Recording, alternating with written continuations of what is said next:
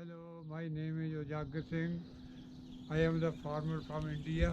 ਵਿਸਾਖੀ ਹੈ ਜਿਹੜੀ ਕਿ ਸਾਡੀ ਘਰਾਂ ਦੇ ਵਿੱਚ ਫਸਲ ਦੇ ਆਉਣ 'ਤੇ ਜੋ ਕਣਕ ਹੈ ਇਹਨੂੰ ਵੇਚ ਕੇ ਅਸੀਂ ਆਪਣਾ ਗੁਜ਼ਾਰਾ ਕਰਦੇ ਹਾਂ ਅਤੇ ਜਿਹਨੂੰ ਖਾਣ ਵਾਸਤੇ ਜਮ੍ਹਾਂ ਕਰ ਲੈਂਦੇ ਹਾਂ ਅਤੇ ਵੇਚ ਕੇ ਜਿਹੜਾ ਹੁੰਦਾ ਸੀ ਬਾਕੀ ਆਪਣੀ ਜੇਬ 'ਚ ਪੈਸੇ ਪਾ ਕੇ ਅਸੀਂ ਫਿਰ ਵਿਸਾਖੀ ਦਾ ਮੇਲਾ ਦੇਖਣ ਅੰਮ੍ਰਿਤਸਰ ਸਾਹਿਬ ਜਾਂਦੇ ਹੁੰਦੇ ਸੀ ਕਿਉਂਕਿ ਇਸ ਸਮੇਂ ਦੇ ਵਿੱਚ ਸਾਰੇ ਬਿਜ਼ਨਸ ਸੀ ਜਿੰਨੇ ਸੀ ਸਾਰਾ ਖਤਮ ਹੋ ਜਾਂਦਾ ਸੀ ਅਤੇ ਗੁਰੂ ਅਮਰਦਾਸ ਜੀ ਮਹਾਰਾਜ ਨੇ ਇਹ ਵਿਸਾਖੀ ਦਾ ਮੇਲਾ ਸ਼ੁਰੂ ਕੀਤਾ ਸੀ ਆਪਸ ਵਿੱਚ ਮਿਲਣ ਗਿਲਣ ਦਾ ਕਿਉਂਕਿ ਮੇਲੇ ਦਾ ਮਤਲਬ ਹੁੰਦਾ ਮਿਲਣਾ ਗਿਲਣਾ ਇਹ ਵਿਸਾਖੀ ਦਾ ਸਾਰਾ ਆਪਾਂ ਵੀ ਸਾਰੇ ਮਿਲ ਗਿਲ ਕੇ ਇਸ ਸੰਸਾਰ ਦੇ ਵਿੱਚ ਰਹਿ ਕੇ ਆਪਣਾ ਇਹ ਮੇਲਾ ਵਿਸਾਖੀ ਦਾ ਜਮ੍ਹਾਂ ਕਰੀਏ ਇਹਨੂੰ ਮਨਾਈਏ ਅਤੇ ਖੁਸ਼ੀਆਂ ਗੁਰੂ ਦੀਆਂ ਲਈਏ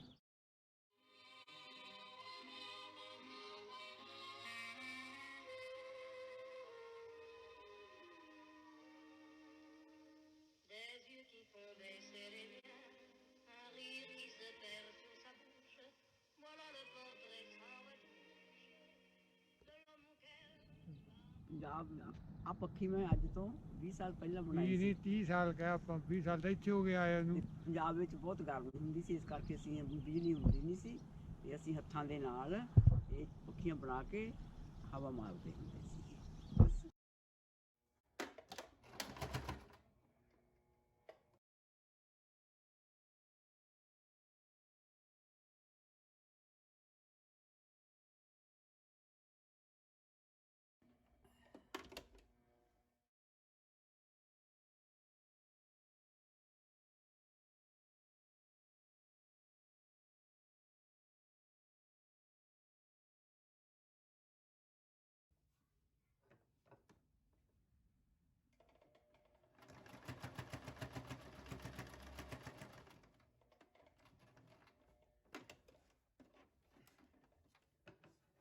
ਨਾਲ ਜੁੜ ਗਿਆ ਨਾ ਇਹ। This is still a work in progress, but the frill would actually go around the entire edge of the fan and it would be hand stitched into ਇਹਦੇ ਨਾਲ ਫਿਰ ਹਵਾ using ਆਉਂਦੀ ਆ the seam.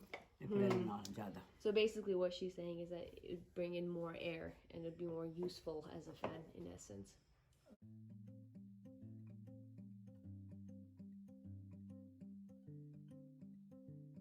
Vaheguru Ji Ka Khalsa, Vaheguru Ji Ki Fateh. My name is Sunroop Kaur. I'm an artist based out of California. I received my Bachelor in Fine Arts from Vaisakhi University of Art and Design I think it's 2019. Anyways, you guys saw my grandparents earlier and they were sort of talking about the cultural aspects and rituals surrounding Vaisakhi, whereas I wanted to briefly touch on the religious aspects of it and then delve into my practice and the projects I'm currently working on. So basically Vaisakhi, as they've already talked about, it is the new year for multiple South Asian communities in India. So not just Punjabi Sikhs, but that is what we are. So when I talk about Vaisakhi from the religious perspective, it's from that perspective specifically. Vaisakhi is known April 14th. It's also known as the sort of official birth of the Khalsa. So the collective body of Sikhs is known as the Khalsa, and the color of the Khalsa is actually the very blue that you see I'm wearing here. It's the same blue that my Nana ji was wearing, so my grandfather, and it's the exact same blue that I am developing through my project at the moment. So my debut solo show is pretty much about the abstraction of this exact shade of blue, but it's for spiritual, historical, political significance and context.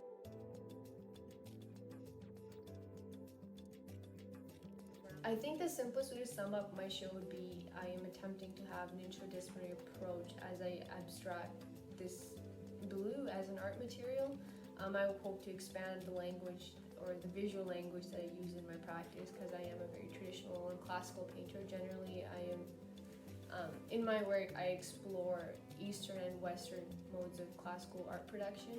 I'm a portraitist, so most of my work is portraiture. But with this show, I wanted to go beyond that. I wanted to incorporate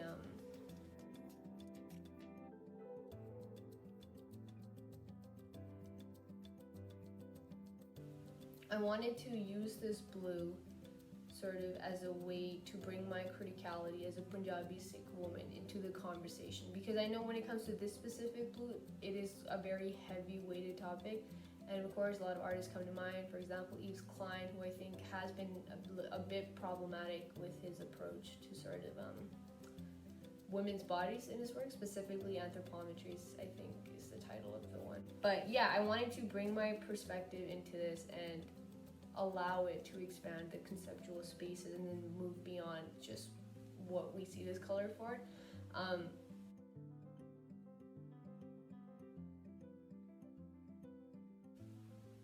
In Sikh specifically, this color does hold a very sort of spiritual significance. It is a color of reverence because of its association to sea and sky.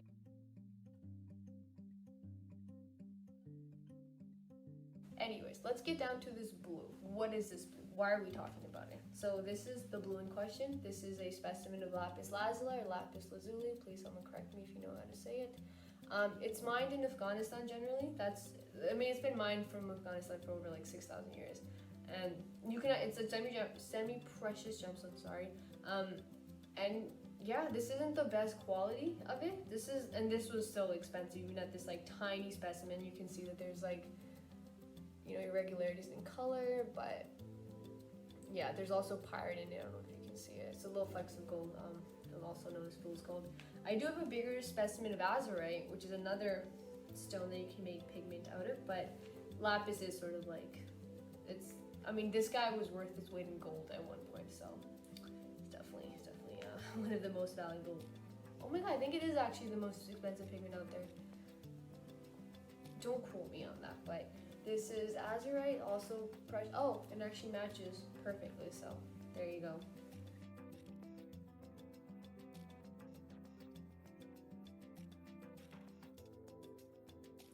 And then you take these sources and you're able to extract a pigment out of it. It's a huge refinement process, but get the most stunning blue. And then you make paint, and then you put it in these little shells, which is another Indian miniature painting tradition, that the paint would actually be stored in shells. So this is watercolor.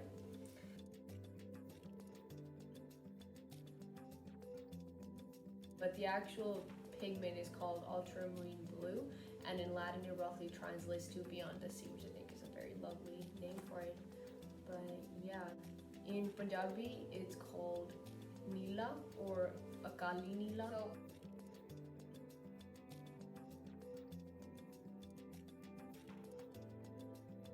to the actual series that I want to focus on. So previously we talked about my Nani's fan, which she made by hand. It's over 20 years old. So she actually brought this over from India when she moved here, but it's sort of done in a weaving pattern.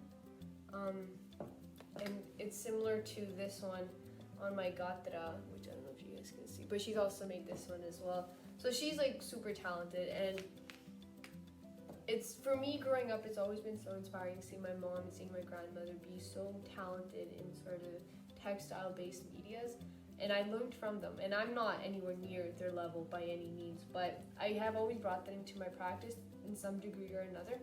So what I really wanted to examine with this specific series was the sort of gender binaries that are always, or the politics of gender that are always at play within textile-based art. What I'm working on right now is inspired by fulgari, as well as other floral motif work that you generally see in Indian miniature borders and illuminated manuscripts and stuff.